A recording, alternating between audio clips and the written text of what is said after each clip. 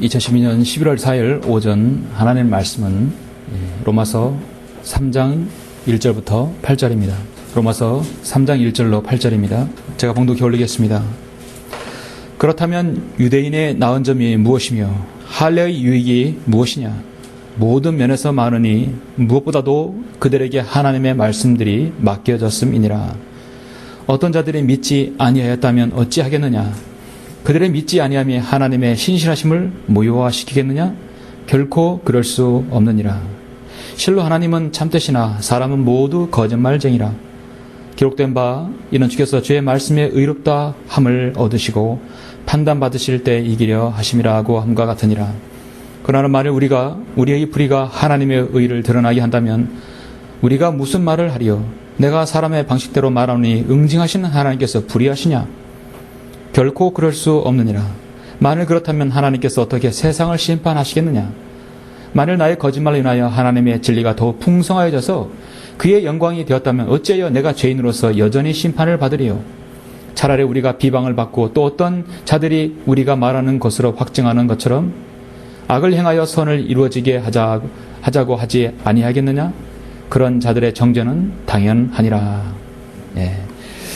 3장 1절로 8절입니다. 오늘날 구원받지 못한 사람들이 가장 많이 오해하는, 하나님에 대해서 오해하는 부분이 한 부분입니다. 우리 그리스도인자도 오해할 수도 있죠. 자, 오늘 말씀을 위해서 잠시 기도드리겠습니다. 전지전능하시고 존귀하시며 늘 저희들에게 신실하게 대우하시는 위대하신 아버지 하나님, 감사를 드립니다. 주님의 위대한 그 구속 사역을 통하여 저희들의 영원한 생명을 받고 하나님의 아들로 입양되었겠으며 저 지옥의 형벌로부터 구원받게 됨을 참으로 감사를 드립니다. 이제 우리가 바른 말씀인 한글 김정희 성경을 통하여 이렇게 진리를 알게 해주시고 진리의 근간 말씀을 통하여 오늘 본문 저는 로마서 3장을 통하여 하나님을 바로 알고 하나님을 오해하지 않는 그 말씀을 전하려고 합니다. 우리는 많은 경우에서 세상 사람들이 하나님의 사랑과 하나님의 은혜와 하나님의 그 자비를 오해하는 경우가 너무도 많습니다. 심지어 우리 그리스도인조차도 하나님의 그러한 사랑을 오해할 수도 있습니다. 우리가 오늘 바른 말씀을 통하여서 분별력 있게 주님을 섬길 수 있도록 인도하여 주시고 늘 신실하게 저희들을 대우하시는 그 주님을 바로 알 수 있도록 인도하여 주옵소서. 주님께서 저희들에게 명철과 지혜를 허락해 주시고 성령님의 깊은 조명을 통하여서 말씀을 잘 이해하고 습득하게 해주셔서 만판에 새길 수 있도록 인도하여 주시길 원합니다. 주 예수 그리스도 이름으로 기도드렸습니다. 아멘. 오전 하나님의 말씀은 하나님을 오해하지 말라. 하나님을 오해하지 말라라는 제목으로 설교하고자 합니다. 지난주 19일 날이었습니다. 서울의 영등포구에 사는 한 78세 된 한 노인이 살인 혐의로 체포되어 구속된 사건이 있었습니다. 요즘 매일같이 살인과 강도 사건들이 끊이지 않아서 웬만하면 사람들은 놀라지도 않습니다. 자살도 하루에 33명, 34명 이상 죽다 보니까 신문에 일일이 다 나오지 않아도 많은 사람이 자살한다는 건 알죠. 그런데 이번 살인 사건은 참으로 많은 생각을 하게 되는 사건이었습니다. 우리 사회의 한 단면이 아닌가 봅니다. 살인 혐의로 구속된 이 노인이 죽인 사람은 바로 다름 아닌 50여 년간 함께 살아온 자신의 사랑하는 아내였던 것이었습니다. 사건을 알아보니까 치매에 걸린 자신의 아내 조모 씨 74세를 목졸라 숨지게 하였던 것이었습니다. 이 씨는 지난 50년간 함께 살았던 자신 아내 조 씨가 2년 전에 치매에 걸린 뒤부터 병 간호를 지극정성으로 도맡아 했었습니다. 자신의 아내가 숨지자 이 씨도 78세 된 이 씨도 스스로 아파트에서 투신하려다가 때마침 집에 온 아들이 막아서 자살은 막지 못했습니다. 간신히 목숨은 건졌죠. 경찰에 구속된 이 씨는 서울 한 명문대를 나오고 경영학과를 졸업하고 유명 건설회사에서 들어가서 40년 가까이 일했다고 합니다. 퇴직 후에 이 씨는 아내 조 씨와 여가를 즐기며 살았는데 그러던 중에 2년 전에 갑자기 아내에게 치매 증상이 나타난 것입니다. 이 씨는 두 아들과 며느리에게 병간호는 다 내가 할 테니까 맡기고 신경 쓰지 말라고 했고, 자신은 아내를 24시간 내내 옆에서 병세가 호전될 수 있도록 책을 읽고 옛 이야기를 하고, 2년 동안 자신이 어떤 모임에도 들어가지 않고 지극정성으로 간병을 하였지만 상태는 더욱더 악화되어 갔습니다.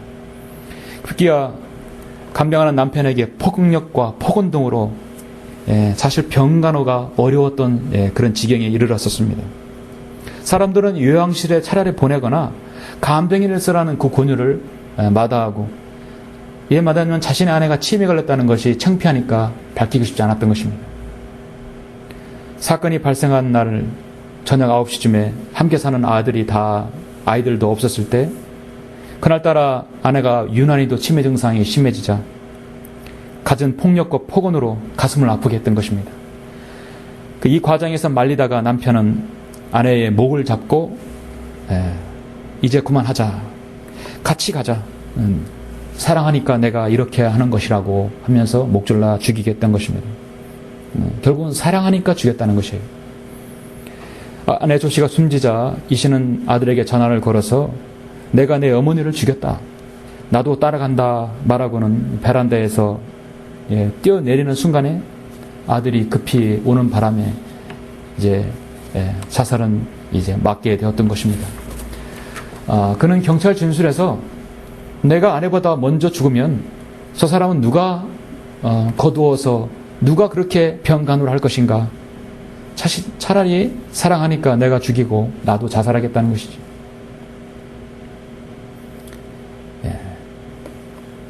망각은 신의 선물이라는 말이 있죠. 그러나 여러분, 망각은 참으로 너무도 잔인하고 너무도 가혹합니다. 특히 여러분, 치매는 그렇습니다. 자, 이런 사건은 우리 사회에서 고령화 사회의 우울한 현상이죠. 치매 동반 자살이라든지 치매 살인 사건 같은 끔찍한 사건이 이미 우리 사회에 시작되고 있습니다. 일본에서는 이미 이런 일이 1980년대부터 일어나고 있었다고 해요. 고령화 사회의 질병인 치매 때문에 벌어지는 자살과 살인 사건은 우리 사회에 지금 이미 퍼져 있었습니다. 작년 10월 달은 전북 익산에서 75세 이모 씨가 치매를 앓던 자신의 부인을 죽이고 자신도 목매달아 죽었어요. 올해 2월 달은 대구의 한 병원에 입원했던 치매 환자가 신병을 자기 비건해서 스스로 뛰어내려 자살했습니다. 우리나라는 어떤 기관에도요, 치매에 놓인 질병과 관련한 사건 사고가 사실 전무하다고 합니다. 전문가들도 한 해에 얼마 많은 사람들이 치매로 죽고 집을 나갔다 돌아오지 않는지를 모른다고 합니다. 다만 보건복지부는 우리나라 치매 환자가 올해 11월 기준으로 해서 53만 명입니다. 국내 치매 환자가 53만 명이면 72%가 가족이 돌본다고 그래요. 가족이 돌본다는 얘기는 24시간 이내에 있어야 되고 직장을 그만둬야 되고 어려운 형편이죠. 이제 7년만 넘으면 100만 명에 이른다고 하죠. 점점 고령화되니까요. 지금 전 세계적으로 가장 빠르게 고령화되고 있는 우리 사회입니다. 대표적인 노인 질병이죠. 국가 차원에서도 이건 가정 문제가 아니라 사회 문제로 인식해야 할 것입니다. 앞으로 대통령 하라는 사람은 그렇게 복지 외치지 말고 정말 서민들이 체감할 수 있는 이런 복지 정책을 내놓아야 할 것입니다. 저는 참으로 안타까운 이 사건을 접하면서 사람들은 사랑한다면서 사랑에 대해서 너무도 오해하고 있다는 것을 알게 되었습니다. 사랑하기 때문에 죽여야 한다, 이런 논리는 성경에도 없고 사회도 통용되지 않습니다. 인간의 그런 병의 고통을 없애기 위해서 살인을 한다는 것은 하나님께서 인정하지 않습니다. 자, 아무리 사랑하는 사람이 그렇다 하더라도 사랑하는 방법은 잘못되었습니다. 사랑을 오해하고 있습니다. 저는 이뿐만 아니라 우리가 살아가면서 성경을 모르는 많은 사람들이 하나님을 오해하고 있다는 사실입니다. 하나님의 사랑을 오해하고 하나님의 은혜를 오해하고 하나님의 자비로우심을 오해하고 있다는 사실이에요. 그런 대표적인 말씀이 오늘 로마서 3장에 있는 말씀입니다. 그런 오해가 어떠한 것인지 저는 오늘 여러분에게 몇 가지를 들어서 여러분에게 성경적으로 제시하고자 합니다. 오늘 본문을 보시면 이 본문 말씀은 성경 속의 교리 정수입니다. 성경의 진주라고 하는 로마서죠. 이 로마서 3장은 인간이 죄에 대하여 착각하는 것들이 있는데 이거 하나님께서 바로 잡아주시는 것입니다. 근본적으로 야 너는 죄인이야. 넌 심판받아야 돼. 바로 그것이에요. 바로 정죄의 장입니다. 그래서 의인은 없나니 없도다. 한 사람도 없도다. 그랬지요. 예. 그런데 로마서 3장에서 보면 인간의 항변을 하고 있어요. 하나님 너무하지 않습니까? 하나님의 심판이 너무나 가혹하지 않습니까? 아니야, 너 죄인이야. 하나님의 답변입니다. 인간의 항변과 하나님의 답변이 로마서 3장입니다. 여러분, 인간의 생각과 하나님의 생각이 다르다면 누가 이깁니까? 누가 잘못된 길로 가고 있어요? 인간은 잘못된 길로 가고 있어요. 만일 럭커 목사님은 학자와 성경이 일치하지 않는다면 학자는 마귀 편이다 그랬어요. 하나님은 항상 옳습니다. 한 번도 그런 적이 없습니다. 인간들의 자신의 의로 그 어떤 것으로도 하나님께 항변하며 알리바이를 내세워도 하나님께서는 인간을 향해 로마서 3장 23절에서 이는 모든 사람이 죄를 졌으므로 하나님의 영광에 이르지 못한다고 결론을 맺습니다. 럭커 목사님은 이 말씀을 두고서 인간으로 태어난 모든 사람 한마디로 쓰레기통이다 하는 것이에요. 쓰레기통도 어제 산 새 쓰레기통이 있고 1년이 된 낡은 쓰레기통도 있죠. 뚜껑이 있는 쓰레기통도 있고 길가에 보면 뚜껑이 없는 쓰레기통도 있어요. 또 찌그러진 쓰레기통이 있고 번지르르하게 색깔을 칠해놓은 쓰레기통이 있습니다. 어떻든 간에 모두가 쓰레기 담는 쓰레기통이에요. 모두가 다 냄새나게 되어 있어요. 결론적으로 3장에서 말씀하고는 인간은 모두 다 죄를 담고 있는 껍데기라는 것입니다. 하나님을 알지 못하면 모두 다 동일하다는 것이에요. 그런 상황에서 자 보자. 로마 3장 1절 2절 보시면 그렇다면 유대인의 나은 점이 무엇이며 할례의 유익이 무엇이냐. 도대체 유대인이 얼마나 나은 그 유익이 무엇이냐. 나은 점이 무엇이냐. 모든 면에서 많으니 무엇보다도 그들에게 하나님의 말씀들이 맡겨졌음이니라. 예. 저는 오늘 본문을 사실 3장부터 잡으려고 했는데 1, 2절이 너무 사실 허전해서 1, 2절을 잡았습니다.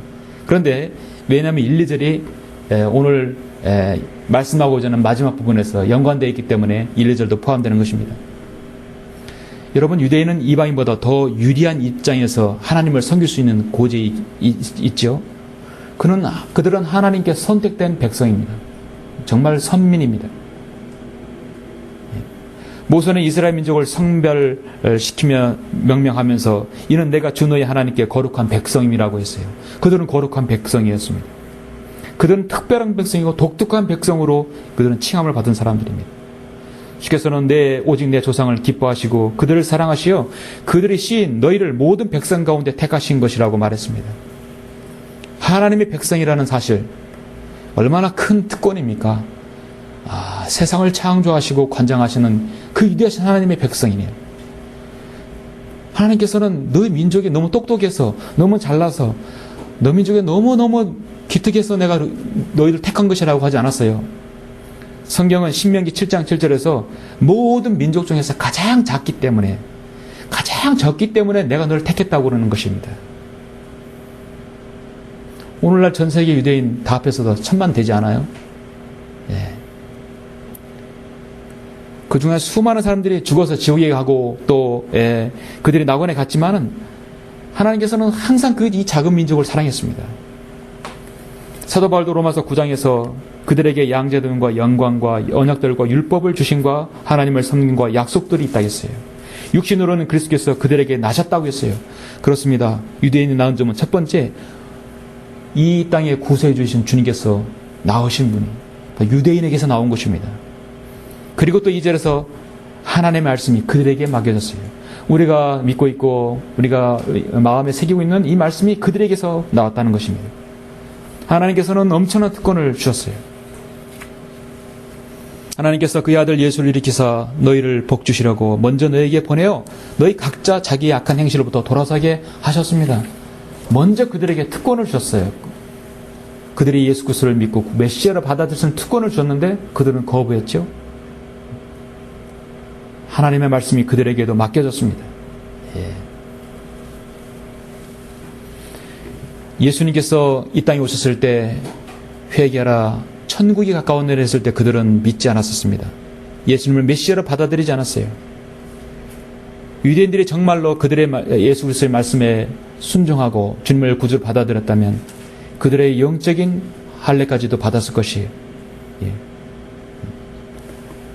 그러나 보기도 그런 예수님을 거절함으로써 영이 있는 마음의 할례는 무시하였던 것입니다. 그러나 하나님께서 여전히 그들에게 여전히 너희들은 육신적으로 선택된 백성이라고 하는 것입니다.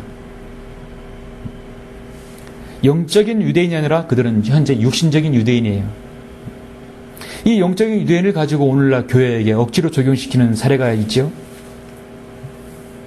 3절 보시면 어떤 자들이 3절 보시면 하나님의 신실함을 무효화시키느냐.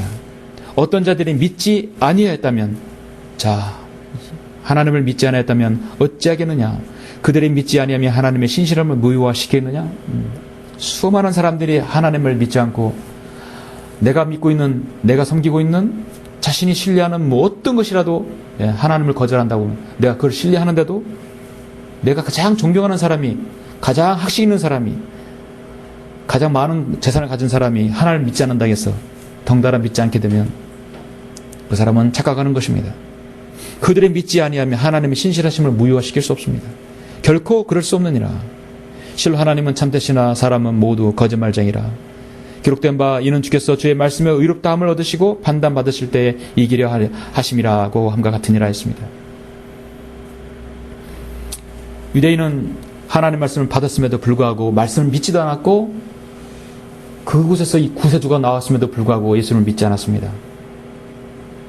정말 모든 사람은 거짓말쟁이입니다. 하나님은 참되신 분이십니다.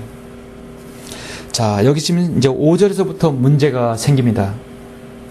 여기서부터 문제가 돼도 되는데 성경을 통하여 정리를 하면 크게 인간은요 3가지 면에서 하나님의 성품과 그분의 사랑을 오해하는 경우가 있습니다.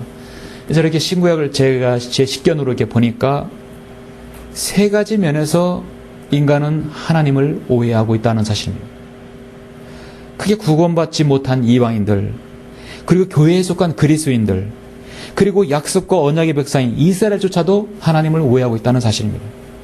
저는 이 3가지 측면에서 하나님을 오해하고 있는 그 면들을 한번 여러분에게 제시하고자 합니다. 혹시 나는 이 3가지 중에 하나, 나는 그런 하나님을 오해하고 있지 않았는지 오늘 성경을 통해서 우리가 한번 밝히 알고 또 숙고하는 시간이 되었으면 합니다. 하나님을 오해하지 말라. 우리는 무엇을 오해하지 말아야 합니까? 자, 첫 번째는 하나님의 정죄에 대해서 오해하지 말아야 합니다. 이것은 구원받지 못한 이방인들, 특히 이방인들에 대해서 말씀하시는 것입니다. 하나님의 정죄하심, 하나님의 응징하심, 하나님의 죄에 대한 심판하심을 오해하지 말아야 하는 것입니다. 자, 우리 5절, 6절 한번 보시겠습니다.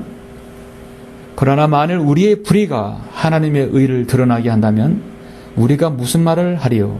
내가 사람의 방식대로 말하느니 응징하시는 하나님께서 불의하시냐? 결코 그럴 수 없느니라. 만일 그렇다면 하나님께서 어떻게 세상을 심판하시겠느냐?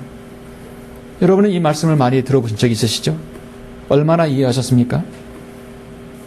이 말씀의 요지는 뭐냐면요, 우리 인간의 악함과 불의함이 있죠. 우리는 죄악이 있습니다. 그것 때문에 하나님의 선하심이 드러난다는 것이에요. 우리는 너무나 죄악으로 가기 때문에 하나님 보면 하나님께서는 그 반대편으로 가고 있는 것이에요. 그렇기 때문에 우리 인간의 죄에 대해 응당한 벌을 내리는 것은 부당하다는 것입니다. 여러분 맞습니까? 인간의 악함과 죄악으로 인해서 하나님의 선함과 의로움이 더욱 드러나게 됐기 때문에 오히려 우리의 죄가 하나님께 심판하신 것은 부당하다는 것이에요. 오히려 우리의 죄로 인해서 우리의 악함으로 인해서 하나님께서 하나님의 의의가 드러났기 때문에 우리는 잘했다는 것입니다. 성경은 그 심판은 합당하다는 것입니다. 만일 우리의 불의가 하나님의 의를 드러나게 한다면 우리가 무슨 말을 하리요? 응징하신 하나님께서 불의하시냐? 결코 그럴 수 없느니라. 결코 그럴 수 없다고 말씀하고 있습니다. 나의 죄악으로 인하여 하나님의 선함과 의로움이 드러난다고 해서 세상을 심판하시는 하나님이 불의하시냐? 그렇지 않습니다. 당연한 것입니다. 7절 8절 보십시오. 만일 나의 거짓말로 인하여 하나님의 진리가 더욱 풍성해져서 그의 영광이 되었다면 어찌하여 내가 죄인으로서 여전히 심판을 받으리요? 나의 거짓말, 나의 죄악으로 인해 하나님의 진리가 풍성해진다면 그 사람은 반드시 심판을 받아야 되는 것이에요. 차라리 우리가 비방을 받고 또 어떤 자들이 우리가 말하는 것으로 확증하는 것처럼 악을 행하여 선을 이루어지게 하자고 하지 아니하겠느냐? 그런 자들의 정죄는 당연하니라. 여러분 6장 15절 한번 보시겠습니까?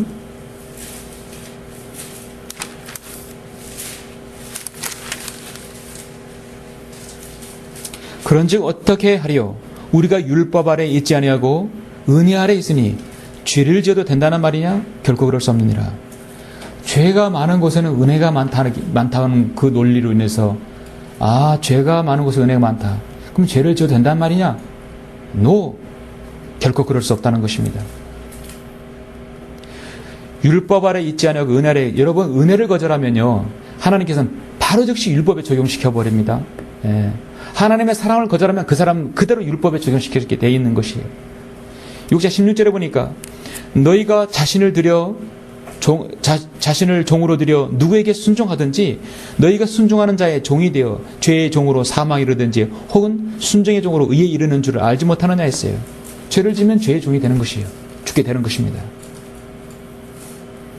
이 세상 사람들이요 하나님을 거절하고 하나님을 믿지 않고 예수님을 구주로 믿지 않으면서도 가장 하는 말이 뭐냐면 God is love.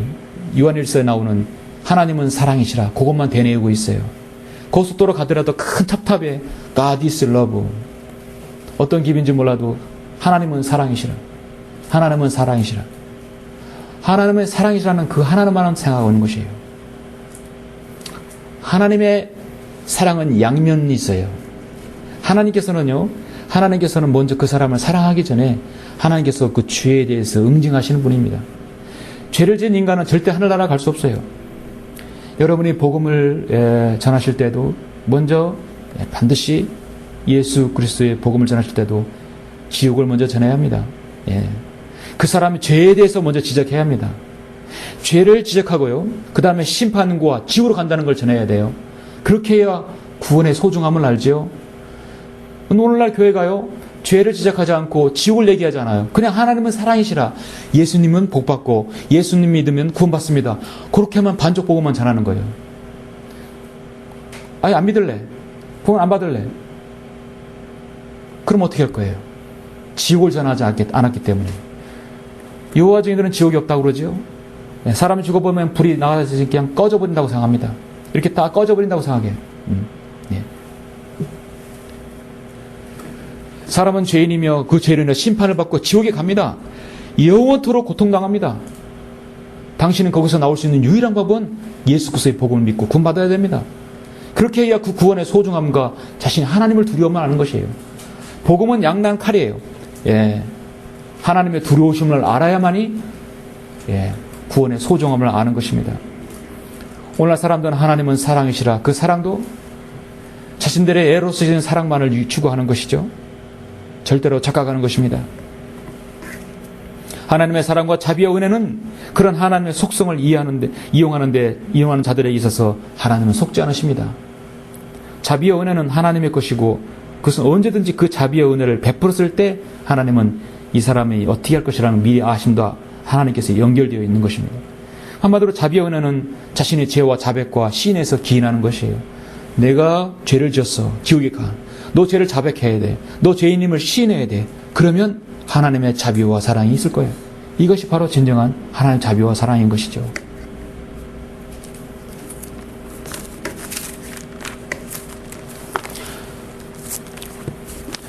여기서 8장 3절에서 하나님께서 심판을 왜곡하시겠느냐?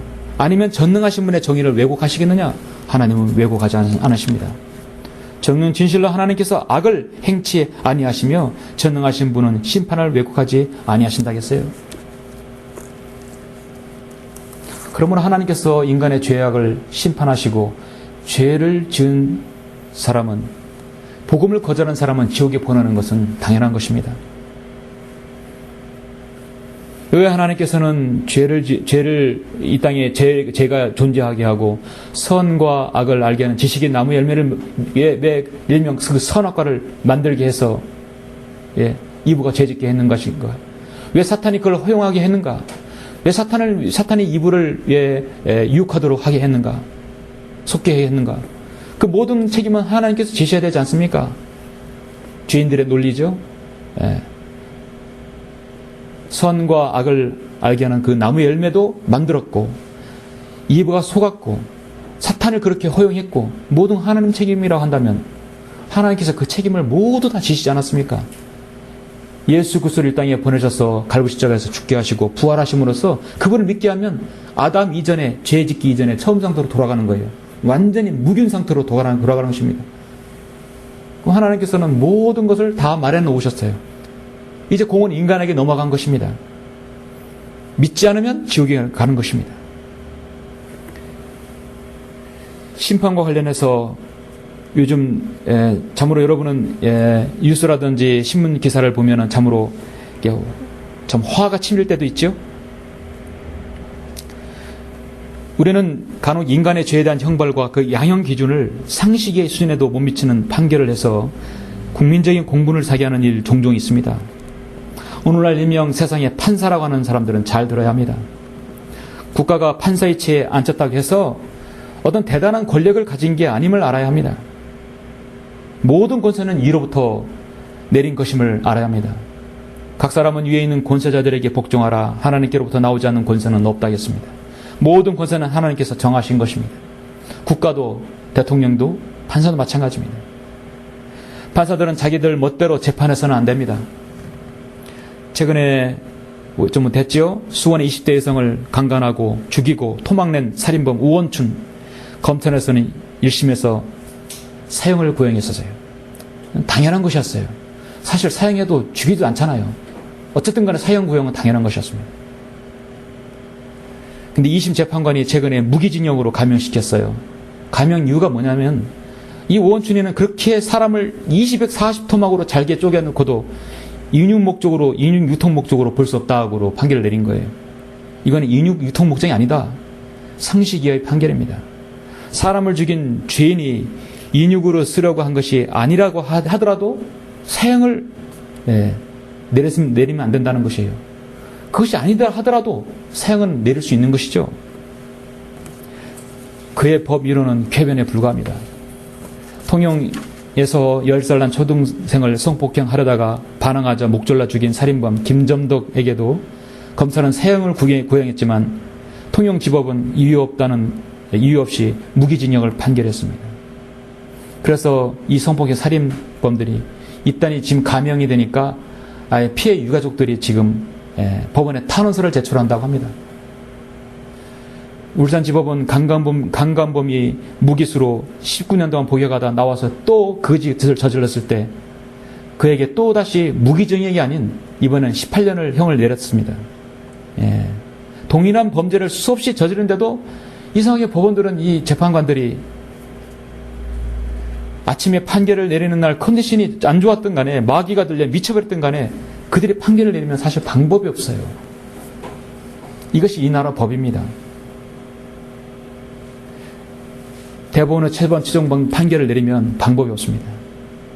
이런 불의한 재판을 본 국민들은 국민 정서에 맞지 않는 판결이라 하지만 최종 판결이기 때문에 뒤집을 수가 없어요.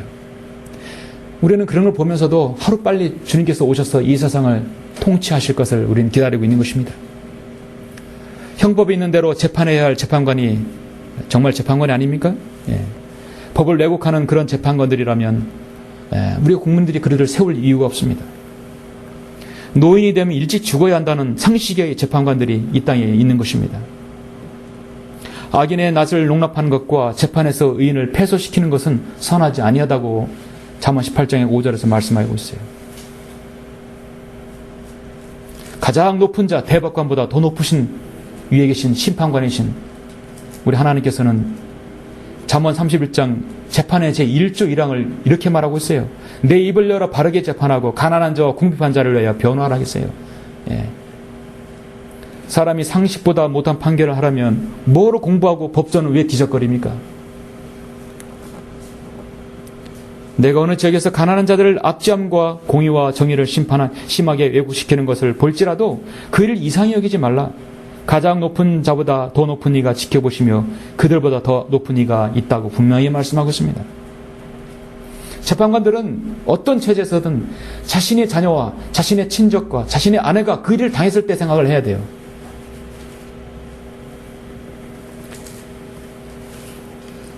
자, 오늘 말씀에서, 첫 번째 말씀에서 인간은 하나님이 오해할 수 있는 것이 뭐냐면, 사람이 불의를 행함으로써 상대적으로 하나님의 의가 드러난다고 해서 인간이 더욱더 악을 행해서 그 악으로 하나님께 심판받는 것은 부당하다, 아니다는 것이에요.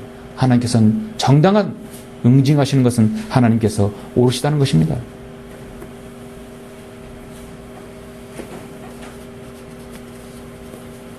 하나님께서 사람에게 진노하심으로 하나님의 불의하신 분이 된다면 사람이 죄인처럼 심판받을 필요가 전혀 없게 되는 것이죠. 한 죄인 때문에 하나님의 의가 드러나고 그것으로 인해서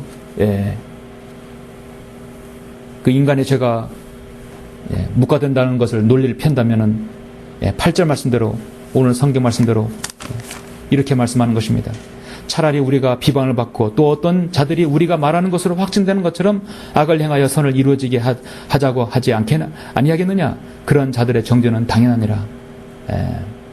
하나님의 의를 드러내고 일부러 죄를 짓는다고 한다면 그런 자들의 정죄는 당연하다고 성경은 말씀하고 있습니다. 죄인들은 오해하지 말아야 합니다. 하나님을 오해하지 말라. 무엇을 오해하지 말아야 합니까? 두 번째는 하나님께서는 우리 그리스도인, 바로 우리가 세상에서 안위하기를 원하지 않는다는 사실입니다.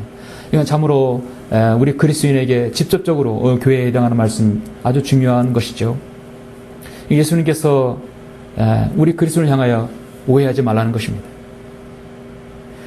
우리 구원받은 우리 교회에게 정말 해당하는 말씀이지 않는가 생각합니다. 잠시 여러분 누가복음 17장을 보시겠습니다. 17장 7절 10절 보시겠습니다. 하나님을 오해하지 말라. 하나님께서는 우리가 세상에서, 이 짧은 세상에서 대우받고 안위받기를 원하지 않는다는 사실입니다. 주님께서는 왜 이 말씀을, 이 누가복음 여기에서 말씀하실까요?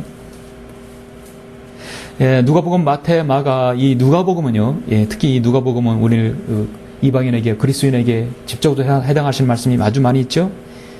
7절부터 10절 보시면 7장 17절입니다. 그러나 너희 중에 누가 종이 밭을 갈거나 가축을 치다가 들에서 돌아오면 곧바로 말하기를 가서 앉아 먹으라고 하겠느냐. 오히려 그에게 말하기를 먹을 것을 준비하라. 내가 먹고 마시는 동안 띠를 두르고 내 시중을 들라. 이런 일을 한 후에야 먹고 마시라고 하지 않겠느냐.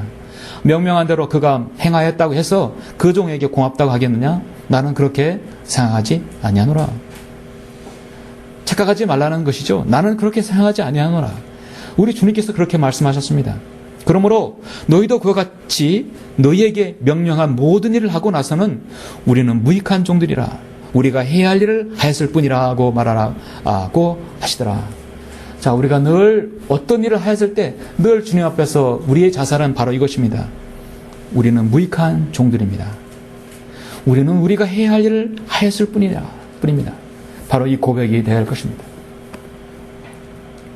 종은 자신에게 주어진 모든 것이 다 주님께로 나왔다는 것을 인정해야 합니다.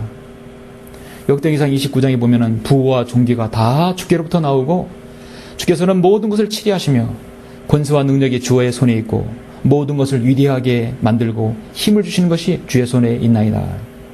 우리 하나님이여, 그러므로 이제 우리가 주께 감사드리고 주의 영광스러운 이름을 찬양하니이다.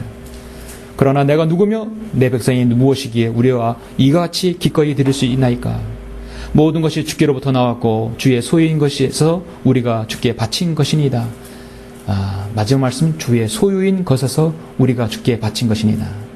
여러분, 이 말씀을 듣기 전에 여러분이 하나님께 주신 소유 중에서 여러분은 그 일부를 기쁨으로 드렸죠? 성경 내는 지역교회는요, 헌금이 설교 말씀 듣기 전에 있어요.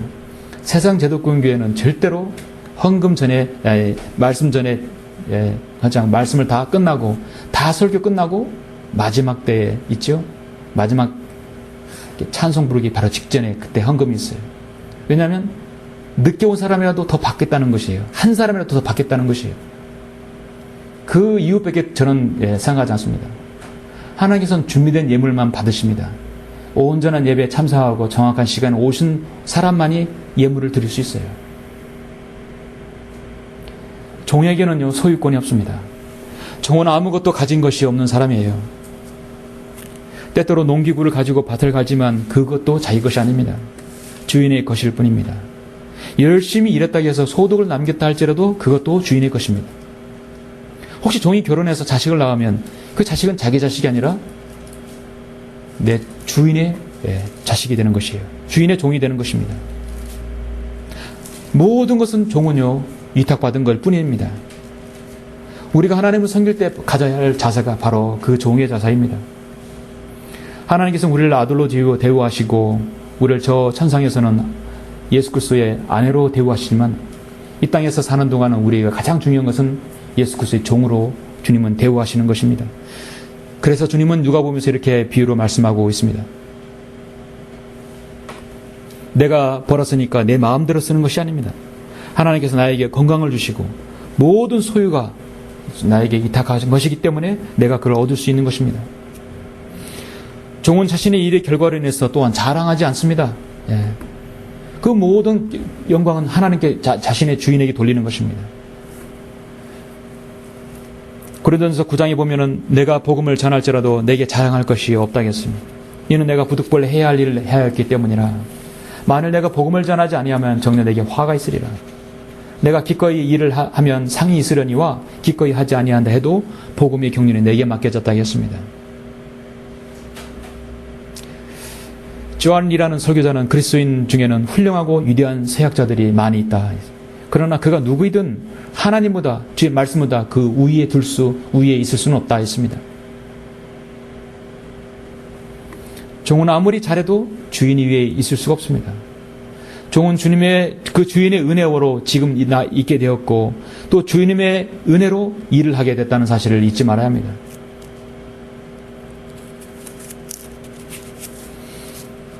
종의 자세에 종의 자세에 관련해서 고린도전서 15장에서 9절에서 사도 바울은 나는 사도들 가운데 가장 작은 자요 사도라 불리기에 적합하지 못한 자니 이는 내가 하나님의 교회를 박해하였기 때문이라.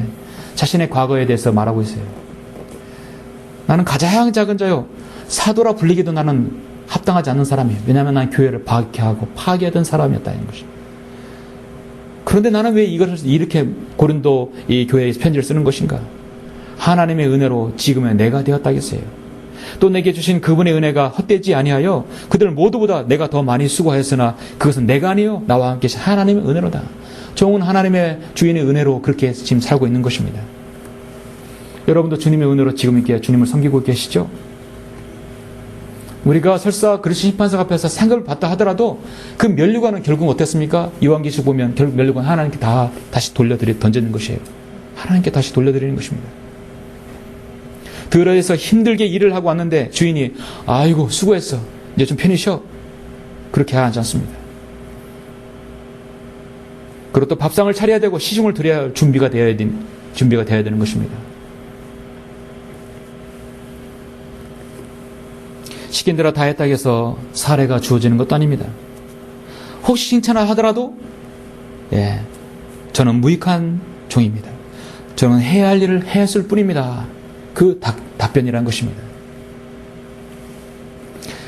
우리는 하나님을 섬기다가도 가끔 낙담하는 이유가 있어요. 낙담하는 경우가 있습니다. 그렇어요.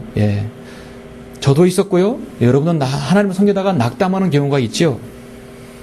가만히 생각해 보십시오. 우리는 주님을 섬기다가 왜 낙담할까요? 무엇인가 기대해야 했기 때문입니다. 이렇게 섬겼으면 무엇인가 나에게 돌아올 것이라고 혹시 기도응답이라도 무엇인가 돌아올 것이라고 생각했기 때문에 못 미치기 때문에 낙담하는 것입니다.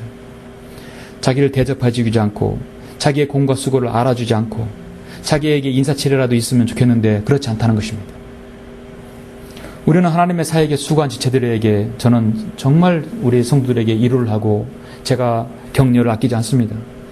정말 저는 여러분을 사랑하고 어떻게든 여러분의 모든 기도에 응답되기를 늘 기도하고 있습니다. 그러나 주님의 평가는 그 반대일 수도 있어요. 하나님의 평가는 묵묵부답일 수도 있다는 사실을 우리가 알아야 합니다. 여러분의 기도와 여러분의 헌신과 여러분의 봉사와 여러분의 드림, 여러분의 섬김, 여러분의 그 많은 노력들, 주님에 대한 노 코멘트일 수도 있어요. 왜냐? 내가 명명한 대로 그가 행했다고 해서 그 종에게 공업도 하겠느냐? 나는 그렇게 생각하지 아니하노라 했어요. 우리는 무익한 종들이라, 우리가 해야 할 일을 하였을 뿐이라. 그렇게 하면 낙심하지 않겠죠? 이것이 바로 그리스도의 종의 자세입니다. 이것이 바로 하나님을 오해하지 않는 방법이죠. 그래서 종은 남이 알아주기를 바라지 않습니다. 혹시 알아준다 해도 그걸 주인에게 돌리는 것입니다. 성경에 나오는 인물 중에 이 종의 의식을 철저히 지킨 사람이 바로 사도 바울이었습니다. 그런 곧 예수 그리스도의 종이란 말을 서슴지 않았습니다. 종이라는 말은 노예이죠. 자신은 예수 그리스도의 종이라는 것입니다. 사역을 하다 보면 가끔씩 듣는 말이 있어요. 우리 교회는 그런 말을 듣는 적이 없어요. 다른 데서 듣는 말이 가끔 있어요. 정말 그런 말은 좋아하지 않습니다. 그런데 인간이니까 나오는 말이에요. 그 말이 무엇입니까? 교회 성도 중에 누가 시험 들었다 하는 말이 있죠. 우리는 가끔 그런 말 하죠. 시험 들었다. 아, 저 성도 시험 들었다. 사실 시험에 드는 것을 알고 보면 자신의 믿음의 문제요. 문제는 종의 의식이 없기 때문에 시험에 드는 겁니다. 철저한 종의 자세라면요. 시험 들지 않아요. 사실 시험 들자면 한도 끝도 없습니다. 옛날에 어떤 교회 커튼을 노란색으로 하자고 하는데 하얀색으로 했다고 내 마음대로 안 됐다고 해서 시험에 빠져요. 진공청소기를 동그란 거 사야 되는데 사각형을 샀다고 해서 시험에 들어서 교회 안 나와요. 이게 성경 듣는 교회에서 있을 수 없는 일이죠. 그래서 배교해 버리고. 피아노를 여기다 놔야 되는데 이렇게 놔야 된다고 했어요. 이렇게. 예. 종의 자세면 상상도 할 수 없는 일이에요. 그렇죠? 예. 시험 들면 자기만 손해라는 사실을 우리는 알아야 합니다. 하나님을 오해하지 말아야 합니다. 우리는 우리의 믿음 생활에서 우리의 시험을 빠지게 할 요소들이 많이 있어요. 사실은요. 왜냐하면 연약하기 때문에. 예. 작은 거 하나에 우리는 상처받을 수 있기 때문입니다. 그러나 우리는 믿음으로 그걸 극복하고 내 종의 자세로 한다면 우리는 무익한 종들입니다. 우리가 해야 할 일을 했을 뿐입니다.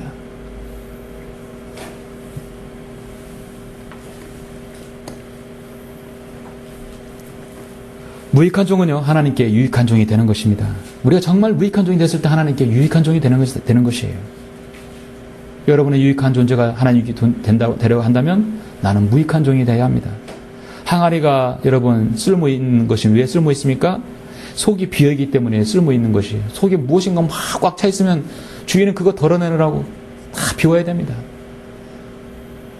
내 존재가 무엇인가 내 안에 들어있다면 그 무엇을 담겠습니까? 우리 그릇이라면 깨끗이 비워야 뭘 담을지 않겠습니까? 예, 그것이 바로 종의 자세인 것입니다. 예수 그리스도께서는 바로 그 부분에서 나를 오해하지 말라는 것입니다. 나는 그렇게 생각하지 아니하노라 했어요. 하나님 오해하지 말라. 우리는 무엇을 오해하지 말아야 됩니까? 하나님의 말씀에 의해서 예언에 대해서 오해하지 말아야 되는데 그건 뭐냐면 세 번째, 하나님께서 이스라엘을 결코 버리지 아니하셨음을 오해하지 말아야 합니다. 초반부에 여러분 오늘 본문 말씀 3장 1절에 보면 그렇다면 유대인이 나은 점이 무엇이냐? 무엇이며 할례의 유익이 무엇이냐? 모든 면에서 많으니 무엇보다도 그들에게서 하나님의 말씀이 맡겨졌습니다. 그들에게 하나님의 말씀이 나왔고 그들에게서 구세주가 탄생했습니다. 그런데 그들은 예수님을 버렸고 거부해버렸고 말씀을 거절해버렸어요.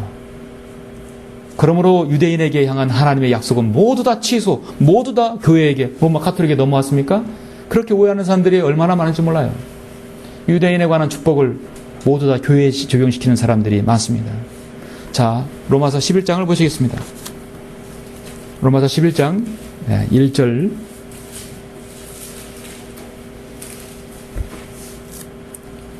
그렇다면 내가 말하오니 하나님께서 자기 백성을 버리셨느냐? 오늘 영적 유대인이라고 자부하는 사람들은 예스, 그렇습니다. 특히 로마 카톨릭은 그렇습니다. 그러나 성경은 결코 그럴 수 없느니라 했어요. 나도 이스라엘이요 아브라함의 씨에서 났으며 베냐민 지파라 했어요. 좀 건너뛰어서 7절 11절을 보시겠습니다. 그러면 무엇이냐? 이스라엘이 구하는 그것을 얻지 못하였고 오히려 선택된 자들이 그것을 얻었으며 그 나머지는 오늘까지 완고해졌느니라. 기록된 바와 같으니 하나님께서 그들에게 혼미한 영과 보지 못할 눈과 듣지 못할 귀를 주셨노라 하였느니라. 또 다윗이 말하기를 그들의 식탁이 그들에게 올무와 덫과 거치는 것과 보응이 되게 하시고 그들의 눈이 어두워져서 보지 못하게 하시고 그들의 등이 항상 굽혀지게 하소서 하였느니라. 자, 11절. 그러면 내가 말하노니 그들의 실족함으로 넘어졌느냐? 결코 그럴 수 없느니라. 도리어 그들의 실족으로 구원이 이방인들에게 이르렀으니 이는 그들로 기인하게 하려 시기하게 하려 함이니라 했습니다. 어떻게 보면 유대인의 거절함으로요 이방인이 우리 복음이 우리에게 넘어왔다는 사실은 일생일대의 기회이자 축복입니다. 그와 같은 경륜이 어디 있을까요? 이스라엘 백성이 하나님께 선택받은 백성임에도 불구하고 그들은 그들의 메시아를 십자가에 못 박아 죽였습니다. 그들은 그 후에 민족의 홀로코스트를 당하게 되었고 전 세계의 모든 나라에 뿔뿔이 흩어지는 디아스포라를 당하게 되었습니다. 그렇다고 해서 그들의 실족함으로 넘어졌느냐? 결코 그럴 수 없다. 하나님의 약속은 변하지 않습니다. 전 세계에 흩어졌어도 하나님의 약속은 변하지 않습니다. 구약의 에스겔 11장 13절에서 예언에서 말씀합니다. 내가 예언할 때 브나야의 아들 프라티아가 죽으니라. 그리하여 내가 엎드려 큰 소리로 부르짖어 말씀드리기를 아 주 하나님이여 주께서 이스라엘의 남은 자를 완전히 끝내시려 하시나이까 했어요. 주님께서 정말 그 남은 자를 끝내시려 하시나이까. 유대인에게 한 약속을 거절한 사람들은 정말 끝내십시오라고 하겠지만 하나님의 약속은 그렇지 않습니다. 그러므로 말하기를 주 하나님 이같이 말하노라. 비록 내가 그들을 멀리 이방인들 가운데 버렸고 또 비록 내가 그들을 나라들 가운데 흩었을지라도 이건 디아스포라라고 말하죠. 나는 여전히 그들을 갈 나라들의 그들에게 작은 송소같이 되리라 하라. 그러므로 말하기를 주 하나님 이같이 말하노라. 내가 그 백성으로부터 너희를 모을 것이요 너희가 흩어진 나라들에서 너희를 불러 모아서 내가 너희에게 이스라엘 땅을 주리라. 그리하면 그들이 그리로 갈 것이요 그들은 모든 혐오스러운 것들과 모든 가증스러운 것들 거기서부터 제하여 버릴 것이니라 했어요. 에스겔 11장 16, 17, 18절의 말씀입니다. 반드시 그들을 고토로 돌아오게 할 것이라는 것입니다. 하나님을 오해하는 사람들은 이 예언의 말씀 오해하는 사람들은 그들의 모든 특권과 축복들을 자신에게 이양되었다고 하는 것입니다. 오늘날 교회에 영적인 유대인에게 이양되었다고 해서 요한교회 14만 4천 명도 자기에게 적용시키고 오늘 6월절 적용시키고 초막절 자기에게 적용시키고 구약에 있는 이스라엘의 예언들을 자기에게 적용시키는 사람들이 바로 철저하게 오해하는 사람들입니다. 오전에 아까 성경 공부했듯이 하나님께서는 유대인과 이방인 중에서 예수 그리스도를 믿고 구원받은 교회가 있는 것입니다. 교회에게 향하는 말씀, 유대인에게 향하는 말씀, 이방인에게 향하는 말씀은 분명히 구분되어져 있어요. 한글 김종인 성경 바른 말씀을 통해서만이 그걸 그렇게 구분되어서 배울 수 있습니다. 하나님께서는 여전히 이스라엘은 이스라엘이에요. 한 번도 영적인 유대인이라든지 로마 카톨릭이라고 하지 않았습니다. 하나님께서 자기의 선민은 유대인 백성을 버리셨느냐? 결코 그럴 수 없느니라 했어요. 하나님께서는 그 백성을 버릴 수 없다고 했습니다. 오늘 사도 바울은 묻고 있습니다. 하나님이 자기 백성을 버리셨느냐? 그렇지 않다는 것입니다. 유대인의 넘어진 이방인에게 구원이 되었다는 것이죠. 유대인이 넘어진 이방인의 구원이 되어서 우리가 구원받게 되었다는 것은 참으로 축복입니다. 그러나 그런 기회가 이제 얼마 남지 않았습니다. 이제 유대인의 수면에 가라앉고 우리가 이방인에 올라갔지만 이제 우리가 구원받을 수 있는 이 땅에 이방인들이 구원받을 수 있는 기회가 그렇게 많지 않습니다. 하나님께서 유대인을 다시 세상에 불러낼 그 날이 올 것입니다. 우리는 이방인입니다. 그러나 우리가 구원받아서 하나님의 교회로 들어오게 되었죠. 여전히 이방인 사람들은 이 약속을 믿어야 할 것입니다. 교회에 들어와도 이 약속을 믿어야 됩니다. 바로 이스라엘은 하나님께서 결코 버리지 않으신다는 것입니다. 잠깐 여러분 11장 25절 너무도 중요한 말씀인데요. 25절 보시면 이 말씀을 오늘날 제가 이렇게 말씀을 준비하면서 많은 것들을 다른 설교자들의 그 해석하는 부분을 살펴보았는데 여러분 모두 다 잘못 해석하고 있습니다. 25절이면 형제들아 너희가 스스로 지혜 있는 하지 않게 하기 위하여 이 신비를 너희가 모르기를 내가 원치 아니하노니 개혁성경은 비밀로 되어 있죠. 신비입니다. 이는 이방인들의 충만함이 자기까지는 이스라엘의 일부가 완고하게 된 것이라. 이방인의 충만함, 핵심 단어이죠. 모든 설교자들은요, 이방인들이 구원받는 충만함이라고 생각하고 있어요. 이방인들이 구원받는 숫자가 하나님 보시기에 딱 찰때가지라고 생각하고 있는 것입니다. 철저히 오해하는 것입니다. 오늘날 이방인의 바로 죄악의 충만함인 것입니다. 지금 이 세상은 그 죄악으로 인하여 세상이 가라앉는 배와 같습니다. 침몰하는 배와 같습니다. 이방인들이 구원받는 숫자가 충만함이 아니라 이방인들의 그 죄악의 충만함으로 차이까지는 이스라엘 보고 완고하게 된 것이에요. 지금 하나님께서는 하나의 물방울만 더 떨어지면 그 물이 탁 차고 넘칠 때가 있는 것입니다. 다니엘의 70제주에서 69제 시계는 이미 멈췄습니다. 이제 딱 움직이면 이미 70제주가 시작되는 것이에요. 지금 우리가 살고 있는 이 시대는요, 축구 경기가 45분 전후반 끝난 다음에 루즈 타임이에요. 이제 심판의 호각을 불면 모든 게임은 끝나는 것입니다. 다니엘 69제에서 시계가 지금 멈춰서 이제 딱 한 발만 가면 70제주 7년 대환란이 곧 시작되는 것입니다. 이방인들의 그 죄악의 충만함이 하나님께서 보시기에 딱 차면 이제 우리를 하나님께서 이 땅에 불러 우리가 올라가는 것입니다.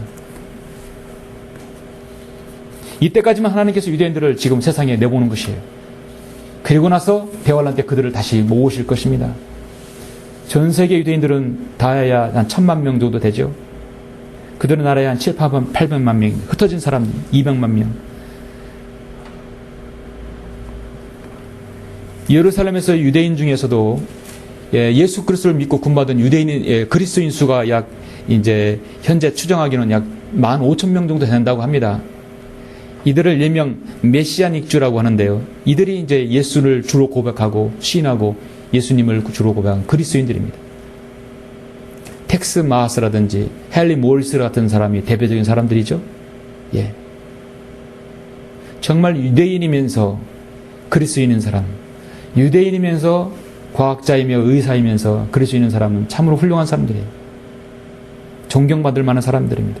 그들은 성경을 아는 사람들이에요. 자신의 민족이 앞으로 어디로 갈지를 아는 사람들입니다. 오늘날 이방인에 속한 우리가 구원받아서 영생을 누리고 우리가 저 새 예루살렘의 주인이 된다는 것은 우리에겐 정말 기막힌 축복입니다. 그래도 우리는 여전히 이스라엘의 화평을 위해서, 그 평화를 위해서 기도해야 할 것입니다.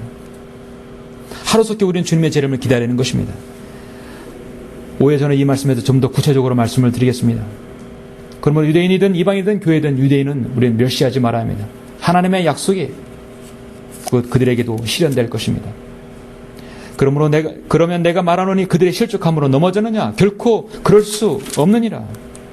그렇다면 내가 말하노니 하나님께서 자기 백성을 버리셨느냐? 결코 그럴 수 없다겠습니다.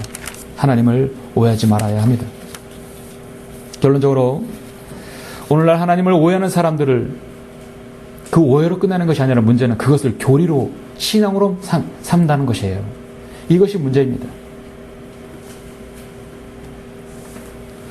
오늘날 안상훈 증인의 신천지, 여호와 증인들, 그 다음에 다락방, 유광수 모두 다 유대인에 해당하는 것을 자기에게 적용시킴으로써 자기 교회에게 적용시킴으로써 이단의 교리가 생겨나는 것이에요.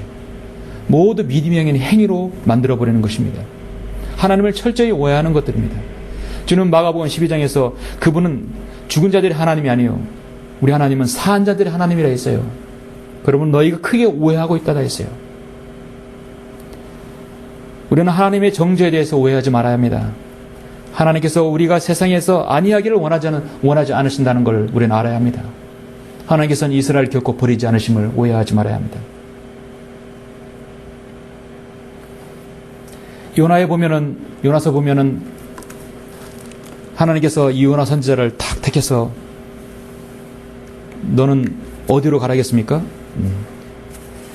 아시리아 니느웨를 가랬어요. 아시리아 수도. 아시리아가 어느 나라입니까? 북왕국 이스라엘을 초토화시킨 이 원수의 나라입니다. 원수의 나라 가서 복음을 전하라는 것이에요. 요나라 볼 때는 이건 상식 수준에서 안 맞는 것이거든요. 내가 저 원수의 나라에서 복음을 전하는 것이에요. 하나님은 그들을 불쌍히 여기시는 거예요. 이 성경 전체에서 가장 위대한 복음 거리 설교자가 바로 요나였어요. 한 번의 설교로 12만 명이 구원받은 거예요. 베드로는 3,000명이 구원받았어요. 이거보다 더 큰 역사는 사실 없어요. 한 번의 설교에 12만 명이라는 그 니느웨 백성이 죄를 쓰고 그들은 하나님께 회개한 것입니다. 회개하는데도 요나는 기분이 안 좋은 거예요. 하나님의 사랑을 오해한 것이에요. 내 원수의 나라가 저렇게 구원받다니. 예. 차례자는 나는 사는 것보다 죽는 것이 더 낫게나이다. 그래서 요나서 4장에서 하나님께서 요나에게 말씀하시를 내가 그 박넝쿨로 인하여 화를 내는 것이 잘하는 것이냐 하는 게, 요나는 또 내가 죽는다 해도 성도하는 건 잘하는 것이옵니다. 이 요나서는요, 하나님의 오해하지 말고 하나님의 사랑과 은혜와 자비에 대해서 오해하지 말라는 뜻에서 이 말씀을 여러분이 제시하고 있습니다. 하나님께서 얼마나 사랑이 풍성하시고 자비로우신 분이신가를 알려주고 있습니다. 내가 너에게 사랑을 베풀고 너 죄악에 빠진 너희를 구하러 왔다는 것입니다. 그럼 너 죄를 자백하고 회개하고 돌이키라. 그럼 내가 용서해 주겠다는 것이 하나님의 사랑이에요. 주께서 말씀하시기를 내가 수고도 아니하고 기르지도 아니하였으면서 또 하룻밤에 나와서 하룻밤에 없어진 그 박넝쿨 국률이 여겼거늘. 요나서의 마지막 장 4장 11절입니다. 자기들의 오른손과 오른쪽과 왼쪽도 구별할 줄 모르는 12만 이상 되는 사람들과 많은 가축들이 있는 저 성읍 니느웨를 내가 아껴야 하지 않겠느냐 하시니라 했어요. 요나의 설교로 니느웨의 멸망은 몇십 년 뒤로 늦춰졌지만 결국 망했죠. 하나님께서는 이방 민족이라도 돌이키면 용서해 주시고 사랑해 주시고 자비로 용서해 주신다는 사실을 선지자는 몰랐던 것입니다. 우리는 성경을 통해서 하나님의 자비와 사랑과 은혜와 하나님의 그 이대하신 계획, 하나님께서 여러분에게 종에 대한 다루심을 우리는 오해하지 말아야 합니다. 그래서 하나님 뜻을 더욱더 잘 여러분 간파하시는 여러분들이 되시길 간절히 바랍니다. 예.